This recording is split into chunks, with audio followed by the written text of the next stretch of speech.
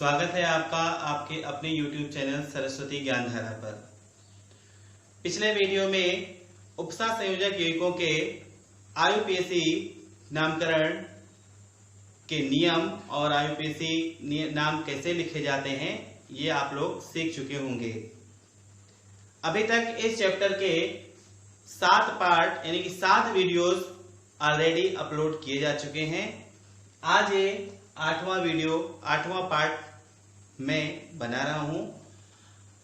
आज हम लोग जानेंगे कि किस प्रकार अगर किसी उपसा संयोजक यौगिक का IUPAC नेम दिया गया हो तो किस प्रकार उस नाम से हम उसके यौगिक का सूत्र लिखते हैं। ठीक है, तो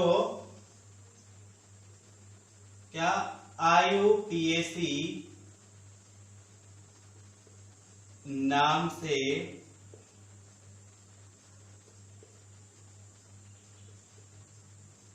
यौगिक का सूत्र लिखना।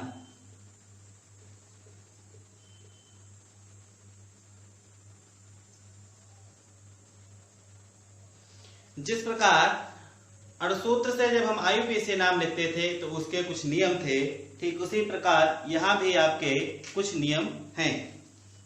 कौन कौन से नियम है जरा ध्यान देंगे। पहला नियम,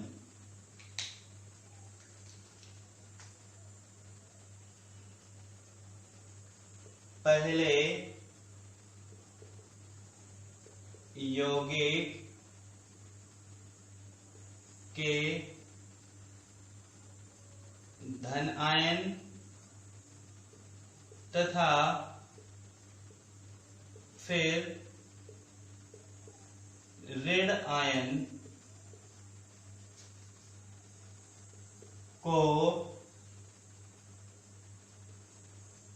लिखा जाता है। यानी पहले हम लोग धनायन का प्रतीक लिखेंगे, जो धनायन होगा उसमें, फिर ऋणायन लिखेंगे। दूसरा पॉइंट,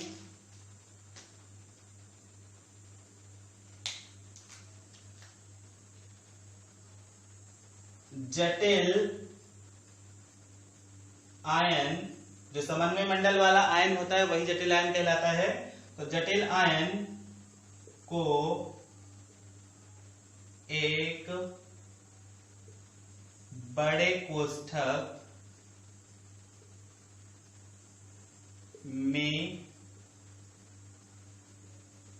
लिखा जाता है। यानी जो भी जटिल आयन होगा उसको हम एक बड़े ब्रैकेट के अंदर रखेंगे और वही बड़ा ब्रैकेट क्या कहलाता है? आपका समन्वय मंडल। तीसरा पॉइंट आपका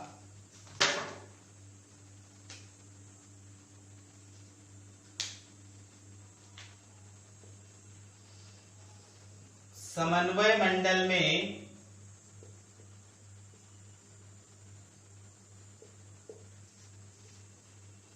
पहले धातु तथा फिर लिगेंड लिखते हैं।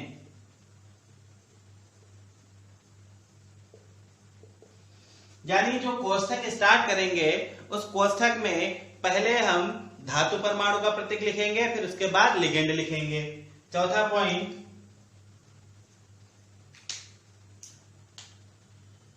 यदि लिगेंड भिन्न भिन्न प्रकृति के हों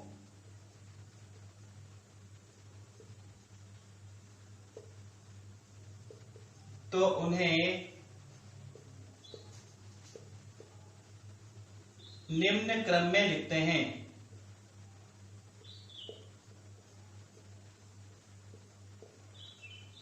निम्न क्रम में लिखते हैं। भिन्न भिन्न प्रकृति, आपको स्पष्ट होगा कि मैंने बताया था प्रकृति के आधार पर लिगेंड 3 प्रकार के होते हैं: धन आवेशित लिगेंड, ऋण आवेशित लिगेंड और उदासीन लिगेंड। अगर कह रहे हैं समन्वय मंडल के अंदर अलग अलग प्रकार के उसमें अगर लिगेंड उपस्थित है तो किस क्रम में लिखे जाएंगे? पहले लिखा जाएगा आपका ऋण आवेशित लिगेंड, पहले कौन सा होगा आपका ऋणावेशित लिगेंड, उसके बाद आपका लिखा जाएगा उदासीन लिगेंड, और उसके बाद लिखा जाएगा आपका धनावेशित। यानी आपके अगर नाम में तीनों प्रकार के लिगेंड आए हों तो हम समन्वय मंडल के अंदर पहले धनावेशित लिगेंड लिखेंगे, पहले हम ऋणावेशित लिगेंड लिखेंगे, फिर उदासीन लिखेंगे, और उसके बाद क्या लिखेंगे धनावेशित लिखेंगे। क्लियर। अगला पॉइंट देखेंगे,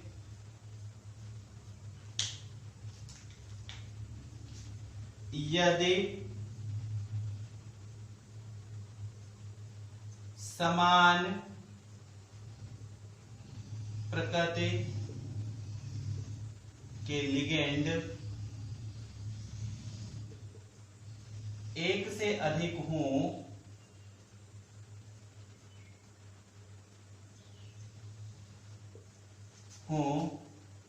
तो उन्हें उनके प्रतीक के पहले अक्षर से अंग्रेजी वर्णमाला के क्रम में लिखते हैं।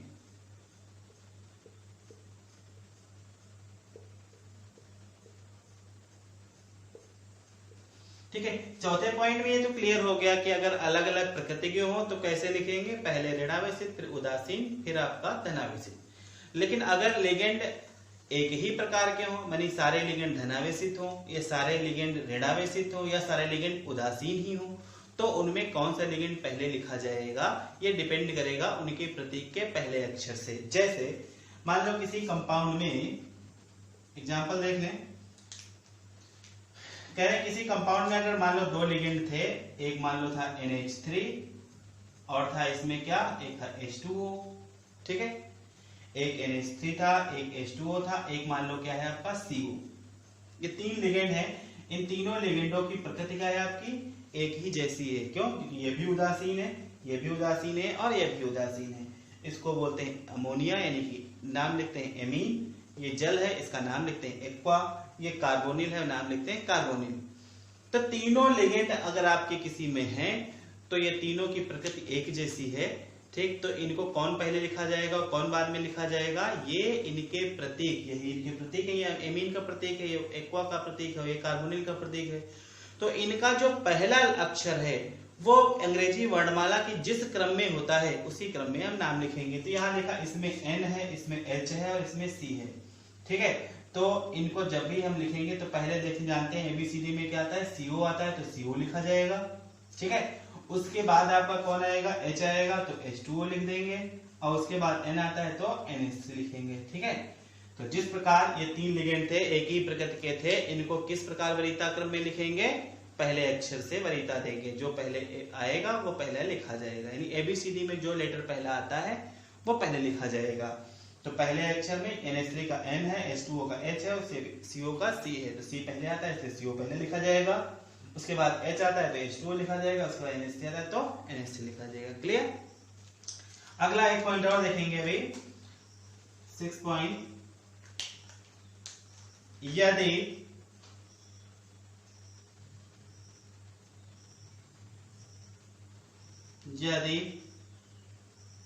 समान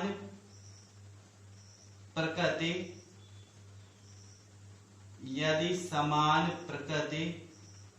के लिगेंडों में प्रथम अक्षर समान हो तो जिस लिगेंड में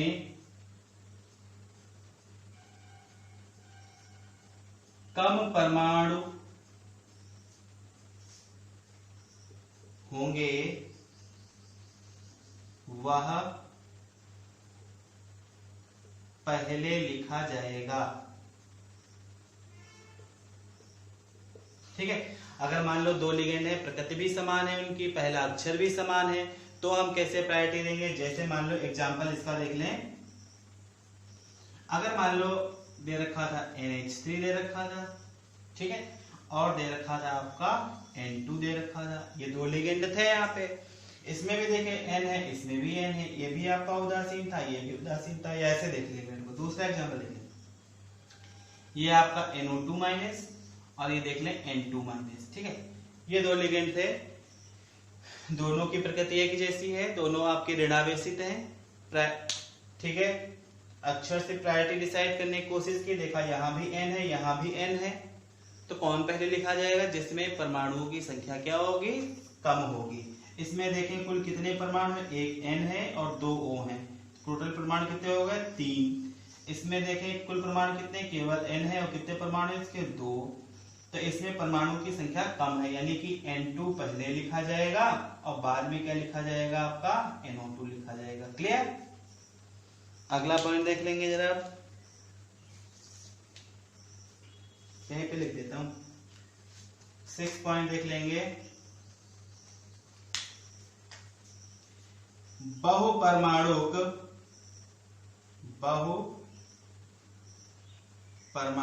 बहुपरमाणु का मतलब जिसमें बहुत से परमाणु हो। बहुपरमाणु लिगेंड एक छोटे कोष्ठक, यानी छोटा ब्रैकेट, छोटे कोष्ठक में लिखे जाते हैं, ठीक है।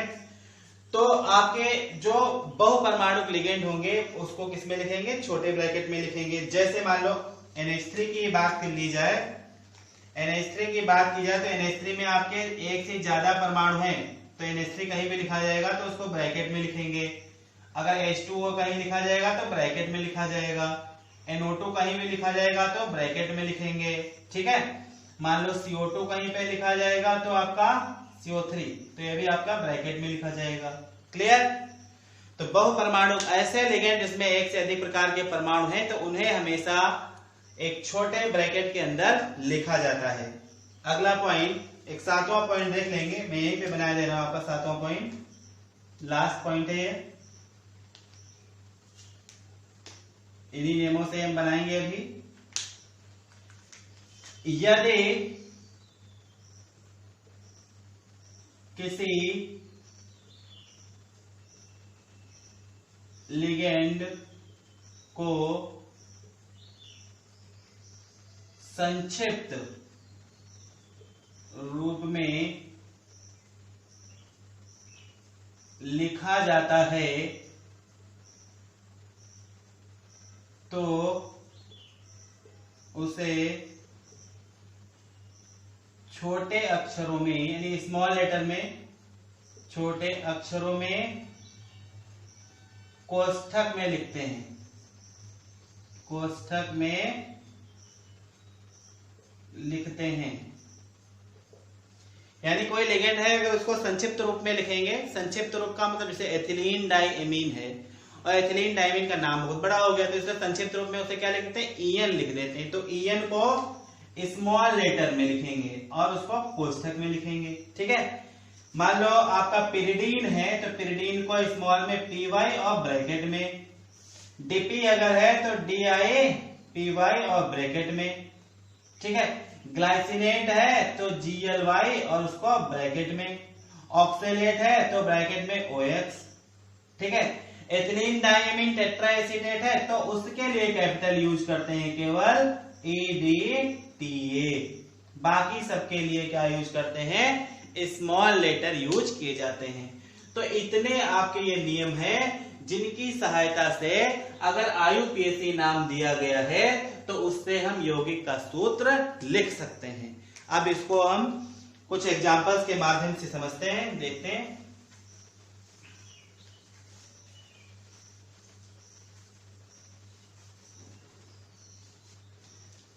ध्यान से देखिएगा आप लोग।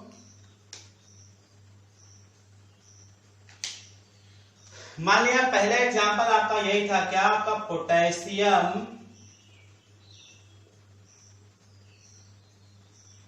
हेक्सा साइनाइडो फेरेट सेकेंड, ये आपका नाम दे रखा था और कहा गया आपसे कि इस नाम से इसके अणुसूत्र या इसका इस यौगिक का सूत्र लिखें। तो अभी हमने देखा था पहले नियम में, ये पहला नियम कह रहा था कि पहले उसके धनायन का नाम और फिर उसके ऋणायन का नाम। ठीक है, तो याद रखेंगे, यहां देखेंगे, ये समझ में आ रहा है कि हेक्सासाइनोफेरेट ये लिगेंड है, ये फेरेट आ रहा है, इसका मतलब ये धातु है। अब इसके अंतर्गत क्या लगा, 8 लगा, इसका मतलब ये ऋणायन होगा, यानी ये इतना पोर्शन आपका ऋणायन हो गया और ये क्या हो गया इतना, फिर क्या हो गया, धनायन हो गया। ठीक है, तो धनायन में क्या कह रहे हैं, पोटेशियम, और पोटेशियम का प्रतीक क्या होता है, के, तो यहाँ क्या लिख देंगे, के लिख देंगे। ठीक, उसके बाद समन्वय मंडल यानी कोष्ठक स्टार्ट करेंगे, क्योंकि ये आपका जो है वह जटिल आयन है और जटिल आयन को हमेशा कोष्ठक में लिखते हैं बड़े वाले, अभी आपको पॉइंट आया था। और कोष्ठक के अंदर सबसे पहले किसका नाम लिखते हैं, धातु का नाम लिखते हैं, और धातु यहाँ पे फेरेट से स्पष्ट हो रही है कि फेरेट का मतलब आयरन रहा होगा।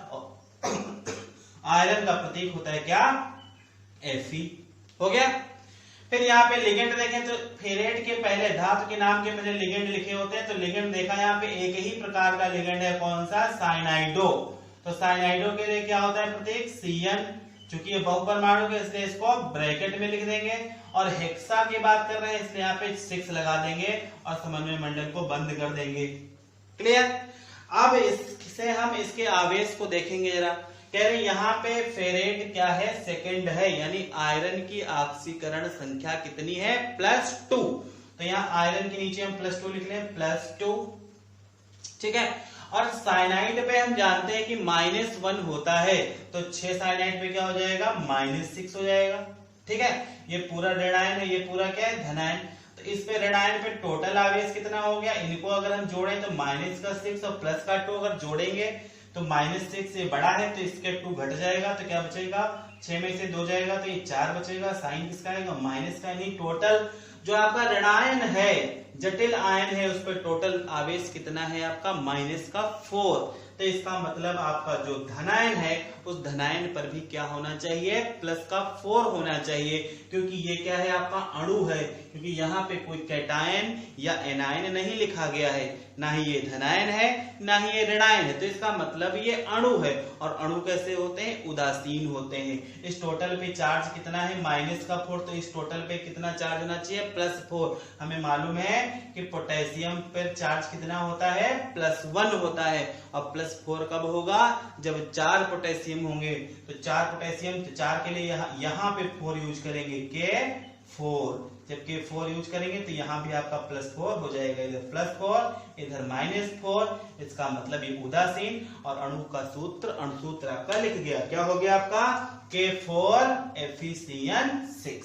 ठीक है, तो यही आपके ये चीजें जो हम अलग से कर रहे हैं इसको आपको लिखना नहीं होता, ये आपको अलग से करके ट्राई कर सकते हैं। तो इसका सूत्र क्या हो गया, जो आपने नाम दिया था पोटेशियम हेक्सासाइनाइडोफेरेट, उसका यौगिक का सूत्र हो गया K4FeCN6। क्लियर। अगला एग्जाम्पल देख लेंगे। अभी 3-4 एग्जाम्पल इसके मैं आपको कराए दे रहा हूं, इन 3-4 एग्जाम्पल के माध्यम से ही आपको ये चीज समझ में आ जानी चाहिए। सोडियम टेट्राहाइड्रोक्सो एल्यूमिनेट, दूसरा एग्जाम्पल देखें। दूसरा एग्जाम्पल कह रहे हैं सोडियम टेट्रा हाइड्रोक्सो एल्यूमिनेट, और ये क्या हो गया आपका, 3rd। ठीक है, तो यहां से भी इसका भी नाम देखें, यहां पे भी आपका इसके बाद एनायन या कैटायन नहीं लिखा है, इसका मतलब ये अणु है, अणु पे कोई चार्ज नहीं होना चाहिए। तो पहले धनायन का नाम, यहां पे देखें ये एल्यूमिनेट हो रहा है, यानी कि एल्यूमिनेट एल्यूमिनियम, और एल्यूमिनियम के पहले लिगेंड, और लिगेंड को टेट्राहाइड्रोक्सो, यानी ये आपका जटिल आयन बन जाएगा, और ये आपका जटिल ऋणायन, और ये क्या हो गया, धनायन। ठीक है, तो धनायन का नाम पहले, धनायन के रूप में क्या है आपका, सोडियम, और सोडियम का प्रतीक क्या होता है, Na होता है। हो गया धनायन। समन्वय मंडल लगाएंगे क्योंकि ये जटिल ऋणायन है, जटिल आयन को हमेशा समन्वय मंडल में बड़े कोष्ठक के अंदर लिखते हैं। और बड़े कोष्ठक के अंदर सबसे पहले क्या लिखते हैं, धातु लिखते हैं। और धातु देखें कौन सी, यहाँ पे कह रहे हैं एल्यूमिनेट यानी कि एल्यूमिनियम, और एल्यूमिनियम का प्रतीक क्या होता है, Al होता है, तो Al लिख दिया। जब धातु का प्रतीक लिख लिया तो उसके बाद लिखेंगे लिगेंड, और लिगेंड का क्रम क्या था, वही पहले ऋण आवेशित, फिर उदासीन, और फिर उसके बाद कौन सा, धन आवेशित। तो हम पहले चेक करेंगे इसमें कौन सा लिगेंड है, कितने प्रकार के लिगेंड हैं। तो हमने यहाँ देखा कि केवल टेट्राहाइड्रोक्सो है, केवल एक ही प्रकार का लिगेंड है, कौन सा, हाइड्रोक्सो। और हाइड्रोक्सो क्या होता है, OH होता है। हाइड्रोक्सो क्या होता है, OH -1 के रूप में होता है, यानी OH हो गया हाइड्रोक्सो। ये बहुपरमाणु का, इसलिए इसको छोटे कोष्ठक में कितना है, कह रहे टेट्रा, यानी टेट्रा का मतलब 4। अब इसको समन्वय मंडल बंद कर देंगे। क्लियर। अब जरा इसकी आक्सीकर संख्या चेक कर लेंगे कितना क्या होगा। यहां देखें ये आपका ऋणायन है, ये आपका धनायन। तो ऋणायन पे क्या रही है, एल्यूमिनियम किस स्टेट में, थर्ड में, यानी एल्यूमिनियम क्या हो गया आपका प्लस का 3 हो गया प्लस का 3। OH कितना OH पे होता है, -1, और OH है कितने, 4। तो 1 पे -1 तो 4 पे क्या हो जाएगा, -4। तो ये टोटल हो गया -4 इस पे OH पे। इस पूरे ऋण आवेश पे कुल आवेश, तो कुल आवेश इनको ऐड करके देखें तो क्या आएगा आपका, -1 आएगा -1। क्लियर। यानी पूरे ऋण आवेश पे टोटल आवेश कितना है आपका, -1। तो धन आवेश पर भी कितना आवेश होना चाहिए, कुल +1। और ये देखिए धनायन के रूप में क्या है, सोडियम, और सोडियम पे हमेशा +1 ही होता है। तो +1 और -1 ये क्या हो गया, बैलेंस्ड हो गए, उदासीन हो गया, यानी कि कुछ लिखने की आवश्यकता नहीं है, ये इसका नाम आपका बन गया।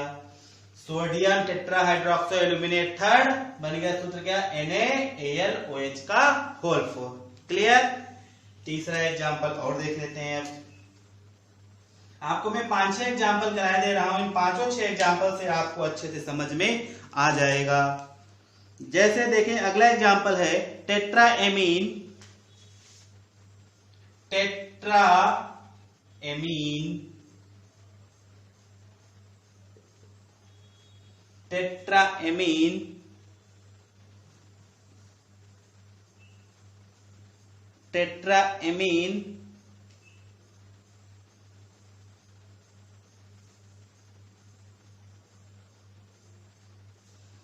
Die aqua copper second chloride. Tetraammine diaqua copper second chloride. यहां से एक चीज आप धनायन ऋणायन पहचान लेंगे ऐसे भी कि अगर इस आक्सीकरण संख्या के बाद में कोई चीज अगर लिखी है तो बाद वाली चीज होगी ऋणायन और उसके पहले वाली चीज क्या होगी, धनायन। क्लियर। अगर इसके बाद में देखो यहाँ इसके बाद में कोई चीज लिखी नहीं थी, ठीक है, इसका मतलब जो पहले चीज लिखी थी लिगेंड के पहले वो क्या होगी, धनायन, और लिगेंड के बाद लिगेंड वाला हिस्सा क्या कहलाएगा आपका, ऋणायन। यहाँ पे देखें इसके बाद में लिखा है क्लोराइड, इसका मतलब ये ऋण आयन बनेगा और बाकी ये पोर्शन क्या बनेगा आपका, धनायन बनेगा। क्लियर। याद रखना जटिल आयन के अंदर ही धातु होती है और उसी के अंदर लिगेंड होते हैं। और यहाँ क्लियर है कि टेट्राएमीन डाई एक्वा कॉपर मतलब ये जटिल आयन हो गया। तो जटिल आयन क्या हो गया, ये इतना पोर्शन क्या हो गया आपका, ये इतना पोर्शन आपका धनायन बन जाएगा और ये क्या हो जाएगा, ऋणायन बन जाएगा। चूंकि धनायन कैसा है आपका, जटिल दिख रहा है यहाँ से क्योंकि उसके अंदर लिगेंड है और धातु है, तो पहले समन्वय मंडल स्टार्ट कर देंगे। और समन्वय मंडल के अंदर सबसे पहले क्या लिखा जाता है, धातु परमाणु लिखी जाती है। नाम से देखें तो टेट्राएमीन डाई एक्वा कॉपर दिख गया, कॉपर, तो कॉपर का प्रतीक लिख देंगे CO। हो गया। अब लिगेंड देखेंगे, इसमें लिगेंड कौन कौन सा है, तो यहां से लिगेंड हमें समझ में आ रहे हैं। इसमें दो प्रकार के लिगेंड हैं, एमीन और एक्वा। ठीक है। एमीन किसको कहते हैं? अमोनिया NH3 के लिए यूज होता है, और एक्वा यूज होता है किसके लिए? H2O के लिए यूज होता है। तो एमीन और H2O ये दोनों ही आपके उदासीन, जब भी एक से ज्यादा लिगेंड आ जाए तो हम उनकी पहले प्रकृति चेक करते हैं कि किस प्रकृति के हैं। तो यहां हमने प्रकृति चेक किया तो इस प्रकृति में हमें नजर आया कि ये दोनों के दोनों लिगेंड कैसे हैं? आपके उदासीन लिगेंड है। और जब उदासीन लिगेंड हो गए तो अब इनमें देखा दोनों अलग अलग प्रकार के हैं। तो अलग अलग प्रकार के हैं तो कौन भैया पहले लिखा जाएगा और कौन बाद में लिखा जाएगा, इसकी प्राथमिकता किससे डिसाइड करते हैं? उनके प्रतीक के पहले अक्षर से। जो पहला अक्षर ABCD में पहले आएगा वो पहले लिखा जाएगा, और जो बाद में आएगा वो बाद में लिखा जाएगा। तो यहाँ पे देखा ये H है और ये N, ABCD में H पहले आता है, N बाद में आता है, तो इसको पहले लिखेंगे। क्योंकि ये कैसा है? बहुपरमाणु दिख रहा है, इसलिए इसको बड़े ब्रैकेट के, छोटे ब्रैकेट के अंदर रखेंगे H2O। फिर चेक कर लेंगे है कितना ये, तो है कह रहे हैं कि डाई एक्वा है। डाई किसके लिए कहते हैं? दो के लिए डाई यूज करते हैं। क्लियर? अब बचा कौन सा लिगेंड? एमीन बचा। तो एमीन को भी बहुपरमाणु है, इसलिए ब्रैकेट के अंदर NH3 है। कितना आपका? टेट्रा है। टेट्रा किसे कहते हैं? चार को कहते हैं। ये इसको बड़ा ब्रैकेट बंद कर देंगे। धातु हो गई, लिगेंड हो गए, खत्म काम इसका। ऋणायन में पहुंचे, देखा ऋणायन में क्या? क्लोराइड। क्लोराइड क्या? केवल और केवल क्या लिख देंगे? Cl लिख देंगे। लिख दिया। अब जरा चेक करेंगे जरा फिर से। यहाँ पे इस कंपाउंड में कॉपर कैसे है? सेकेंड स्टेट में। सेकेंड का मतलब +2 अवस्था में है, तो कॉपर के नीचे क्या लिखा? +2 लिखा। लिखा। H2O कैसा होता है? उदासीन होता है, यानी कि 0 ही रहेगा। अमोनिया उदासीन यानी कि 0 ही रहेगा। तो पूरे धन आयन पर, ये पूरा का धन आयन कितना आवेश है? +2।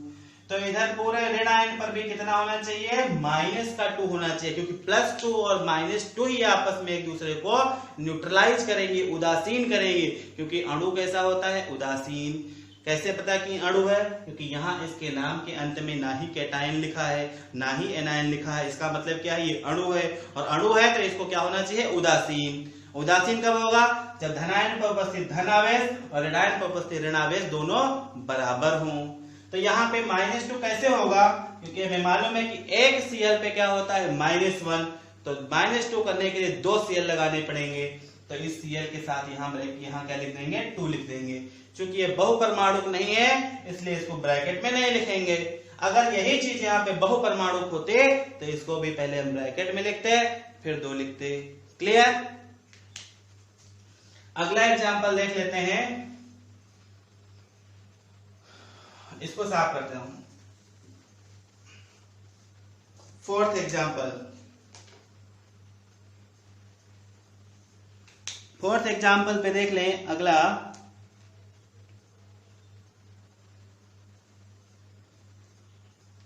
Die amine die क्लोराइडो, die amine dichlorido platinum 4th chloride. इसका नाम लिखना है।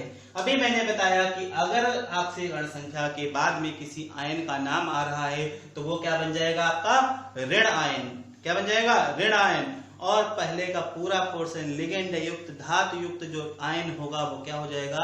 जटिल होगा। और क्या हो जाएगा? धनायन हो जाएगा। और धनायन का नाम पहले लिखते हैं, क्योंकि धनायन आपका जो ये धनायन जो है ये कैसा है? जटिल बन रहा है, ये सरल बन रहा है।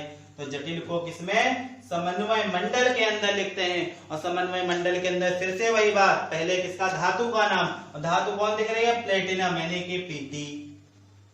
अब लिगेंड का नाम। तो पहले पता करें इसमें लिगेंड कौन है और कितना है और कितने प्रकार का है। तो यहाँ पे लिगेंड चेक किया, एक तो दिख रहा है एमीन और दूसरा दिख रहा है क्लोराइडो। ठीक है, एमीन को क्या लिखते हैं? NH3 और क्लोराइडो क्या होता है? Cl-। यहाँ पे अब इनकी प्रकृति चेक की तो देखा क्या? Cl आपका ऋणावेशित है और NH3 कैसा है? उदासीन है। लिगेंडों का क्रम अभी बताया था, लिखने का क्रम पहले ऋण आवेशित लिगेंड, फिर उसके बाद उदासीन लिगेंड, फिर उसके बाद धन आवेशित लिगेंड। तो चूंकि यहाँ पे ऋण आवेशित लिगेंड और उदासीन है तो पहले कौन सा आएगा आपका ऋण आवेशित लिगेंड आएगा। तो ऋण आवेशित लिगेंड क्लोराइडो है, ठीक है, बहुपरमाणुक नहीं है इसलिए केवल ऐसे लिखेंगे Cl।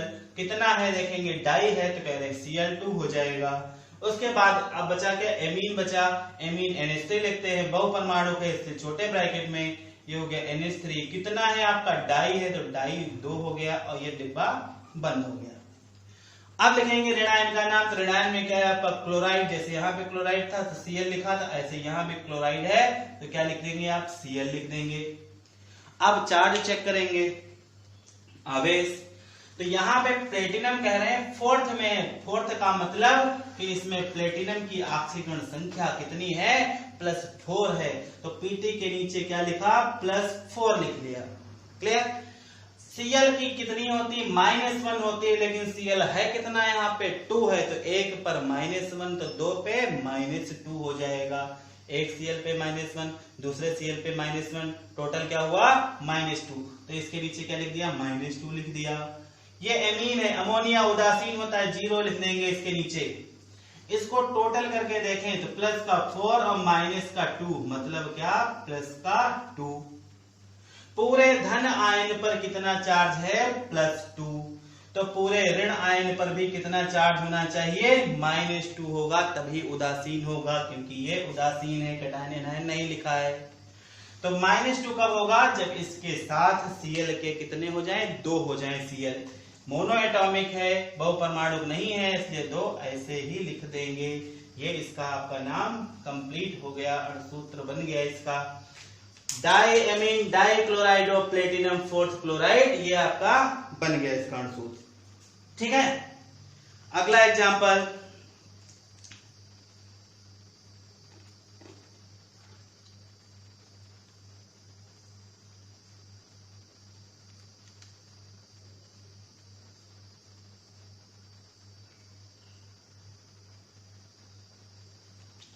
Sodium hexafluoridochromate. सोडियम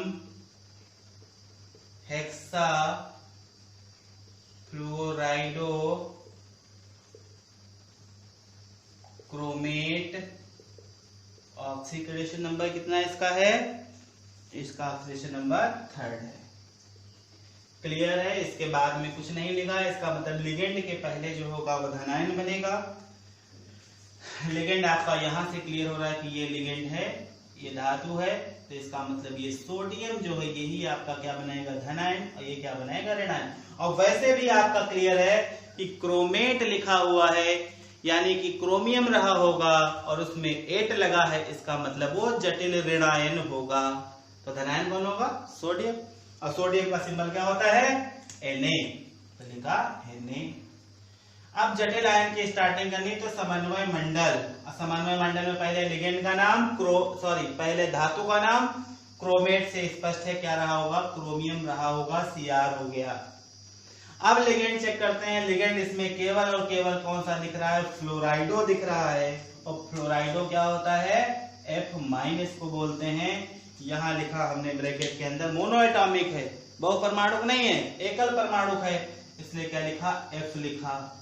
कितना है, 6 दिख रहा है, हेक्सा दिख रहा है, यानी F6 लिख दिया और ये डिब्बा बंद कर दिया। अब चार्ज देख लेते हैं जरा इसका भी। तो यहाँ पे देखा कि क्रोमेट, क्रोमियम किस अवस्था में है, प्लस के 3 में है, तो क्रोमियम के नीचे लिखा प्लस का 3। F के नीचे, F किस रूप में होता है, -1, अकेला है तो -1, लेकिन है कितने, 6, तो 1 पर -1 तो 6 पे कितना, -6। ये हो गया आपका -6। टोटल चार्ज देखा तो +3 और -6 ऐड होगा तो -6 से ये 3 घट जाएगा, क्या बचेगा, -3। यानी ऋण आवेश जो ऋणायन है उस पर कितना ऋण आवेश है, -3। तो धन आयन पे +3 का आवेश होना चाहिए, तभी ये उदासीन होगा, क्योंकि ये क्या है आपका अणु, क्योंकि यहाँ पे कैटायन या एनायन नहीं लिखा है, इसका मतलब ये आयन नहीं है।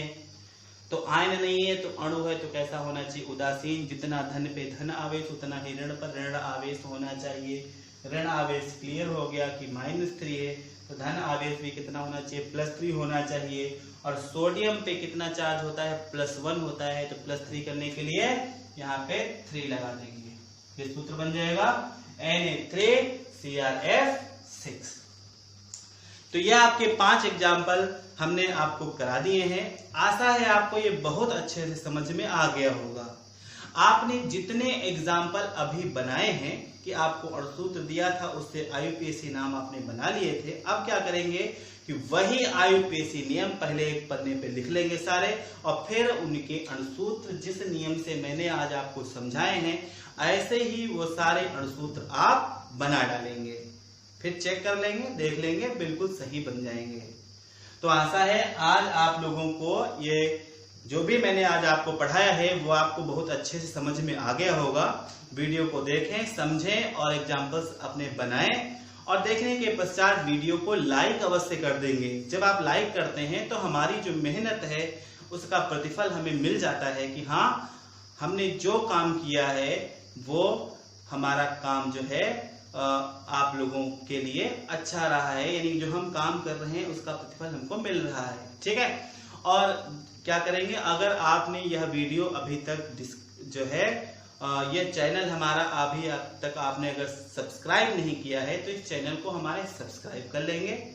ठीक है, और अपने जो दोस्त हैं, दूर दराज के हैं, रिश्ते में हैं, रिश्तेदार हैं, उन तक इस चैनल की लिंक को शेयर कर देंगे जिससे वह भी इसका फायदा उठा सकें। ठीक है, कल यानी इसके अगले पार्ट में, पार्ट नंबर 9 में हम आपको इसके आगे का पोर्शन कौन सा है, उपसह संयोजक यौगिकों में समावयवता, उसके बारे में बताएंगे। ओके भैया, थैंक यू।